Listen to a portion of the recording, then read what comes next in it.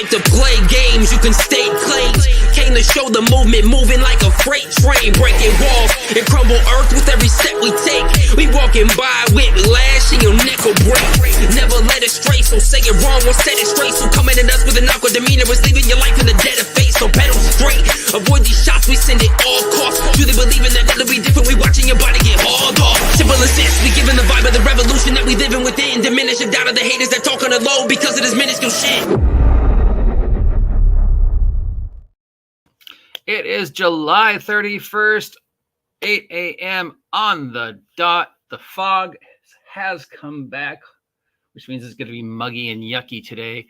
I am the OG GM, and I am still broadcasting live from Site B, somewhere in the mysterious West Coast, talking about all things tabletop role-playing games.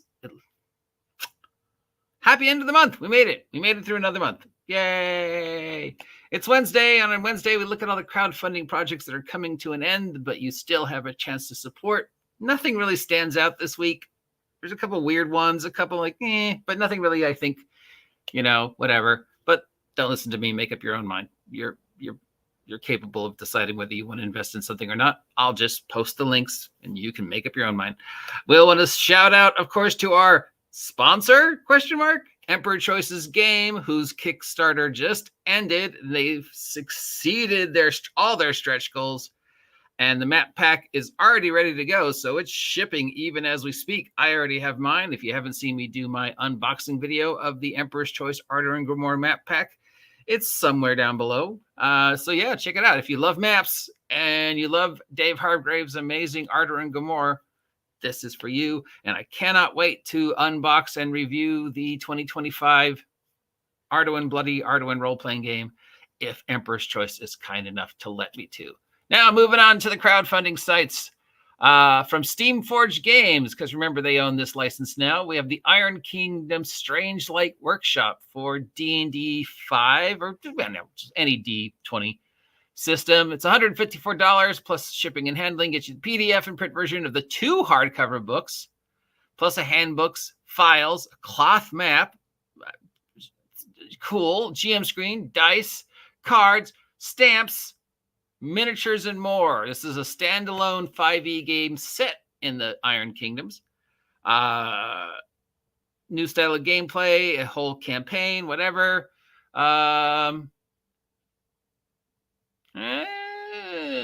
I don't like the art. It doesn't feel Iron Kingdom. It just feels sort of generic steampunk. In fact, they're all wearing goggles, which is just too many goggles. Even the one who's not wearing goggles has her hands on a mask with goggles. Yeah, this doesn't scream Iron Kingdoms to me. Iron Kingdoms is dirtier. Also, it's bright daylight. Why are you holding a lantern? Yeah, anyway, so I guess this is what Steamforged Games wants Iron Kingdoms to look like. So far, I'm not impressed. I think $160 for a brand new campaign setting when you've just got the rights to Iron Kingdoms.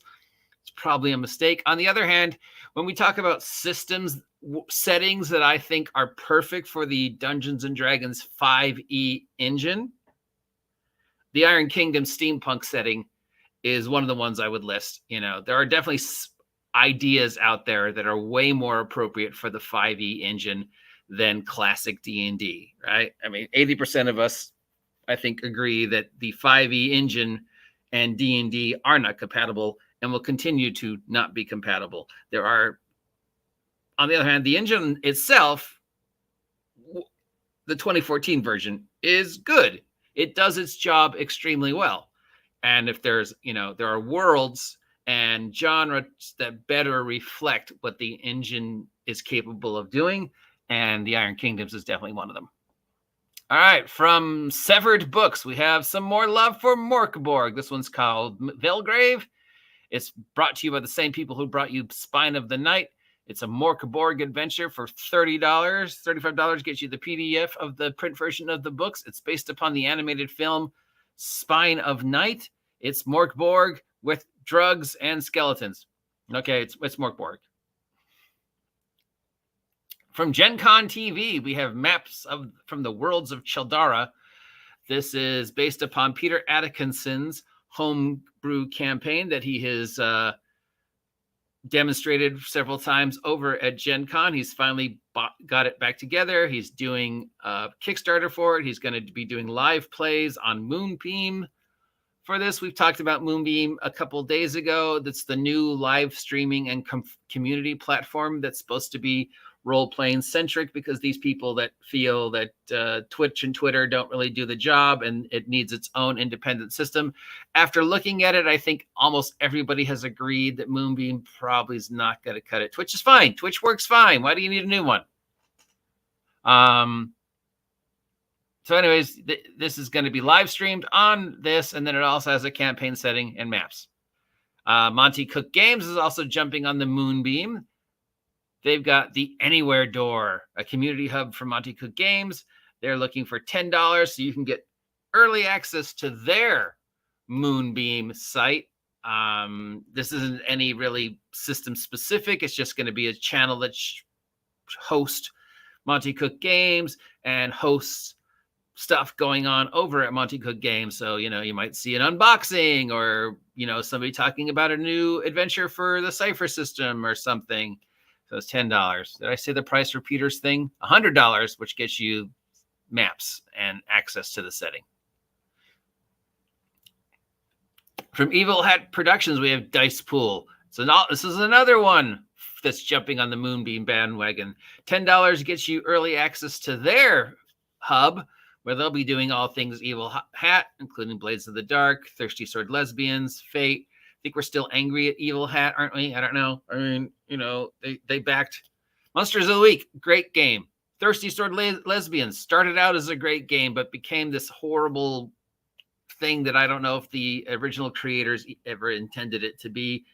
Fate, still a fucking mystery to me to this day, but a lot of people love it. So here's another company that are hanging their hat on Moonbeam and hoping it'll be as big as Twitch. I think they're hoping that Moonbeam will somehow jumpstart their take on Critical Role, because that is the torchbearer was the word I'm looking for all the other tabletop role-playing game streams that have been successful on Twitch. Or they're hoping maybe they can get Demon Dice to host some of the VTubers on Moonbeam and bring that audience over. I don't know. Right now it's a big gamble, guys, to put all your money on the Moonbeam hat. I mean, Critical Role did it, and apparently it's being successful enough for them to spin off more things, including things people never thought they would do. But but that's because it's Critical Role, not because of anything they're actually doing. It's the Critical Role that's selling Beacon. From Jason Bowers, not Jason Bourne, Jason Borer, we have 5 Acts, The King of Yellow RPG. This is based upon the Resistance Toolbox by Chris Taylor and Grant Howitt. I know Chris Taylor. I wonder if it's the same one. This is $50, shipping and handling.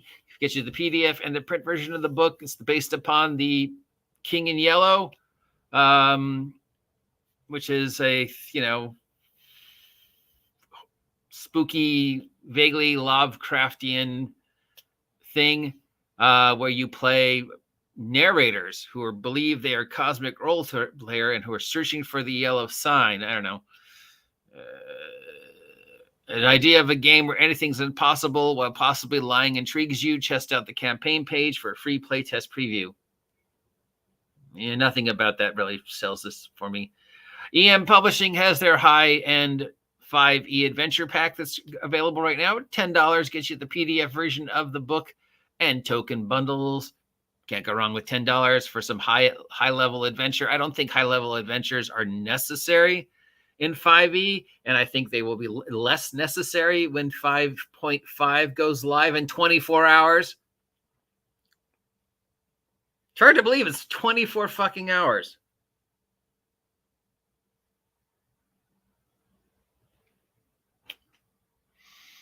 Yeah, because Gen Con starts tomorrow.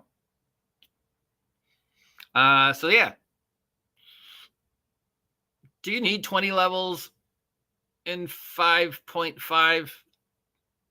No. I mean, first, they're counting on everybody multi-classing. And second, you don't need it. There's nothing. 5e isn't built for level progression. It wasn't built at level progression in 2014, and it's definitely not built for level progression in 2024. Anything after 10th level is superfluous. And if you even look at the builds, you can just see that, you know, it's always been superfluous. You know, the best levels for 5e characters are 3rd level and 5th level. Everything after 5th level is just more of the same. And the power creep is up, up, up, up, level, level, level, level, big drop, and then up, up, up, up, up, level, level, level. And by 10th, you're able to do everything you want to do, unless you multi-class. And from playthroughs that I've run and playthroughs that I've played, you don't need to be higher than 10th level in 5e. You've heard me repeatedly refer to this scenario where I ran a bunch of 8th level characters against the avatar of Jubilex, Lord of the Slime, and they defeated him in 2 rounds.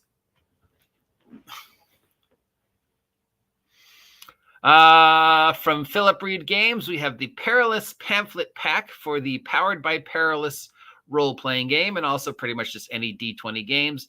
This is $25 for the shipping and handling of the PDF and the print version of the box. You get 3 different pamphlet adventure campaign settings, varying from fantasy to sci-fi to just some weird stuff. We love zines. We love pamphlets.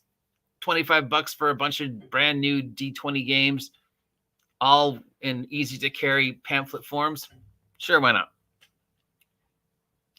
From Crumbling Geek, we have the Fantasy Grind Fantasy Adventure for OSE and 5e. Another one powered by the pamphlets. D20, $35 gets you the PDF and print version. This one's got 5 pamphlet adventures in it for D20, including some orcish fun, some dog fun, a whole bunch of just maps and tables and rules and dwarves and gnolls and dogs and undead, and $35 for 5 different pamphlet adventures, as opposed to this one, which is $25 for 3. So 35 for 5, 25 for 3. I don't know if that sounds right math-wise. Maybe if it was 30, it would feel like a better deal. From Head Cheese Productions, we have Sai Opera, based upon Cyborg, which is based upon Morkborg. This is another pamphlet game, $7 for the PDF and print version. This might sound really familiar. The corporation who owns your organs, and they can repossess them at any point in time. It was inspired by Repo the Genetic Opera, a cyberpunk opera and movie that I don't know, is also based upon something called Gideon's Run that somebody in this room might have worked on.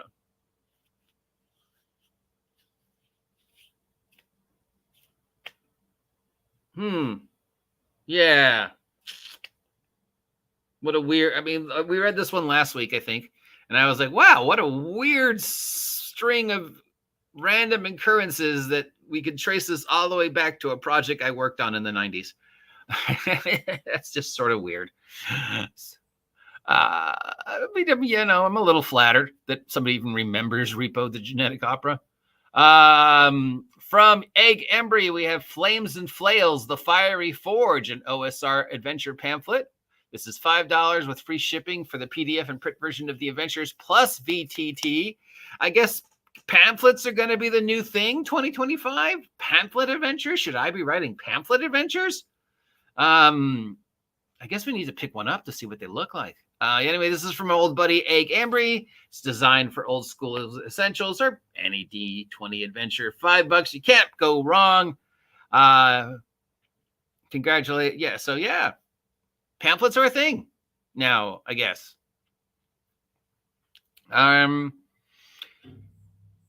All of these sound okay, you know, especially the pamphlets. I would definitely jump on the pamphlets. Like, how can I not recommend this? You know, purely for my own gratification to do the 6 degrees of separation between me now and a project that I worked on that became another project that became something else, that became something else, that what, 30 some odd years later, I'm seeing a game based on. That's just sort of cool. If this was $5 less, I would say definitely. 3 for $25. I'd have to see them, but it sounds like it's worth it. I love EN Publishing because they let me steal their links on the other side. I don't think you need a 20th level adventure for 5e. Yeah, don't know. Yeah.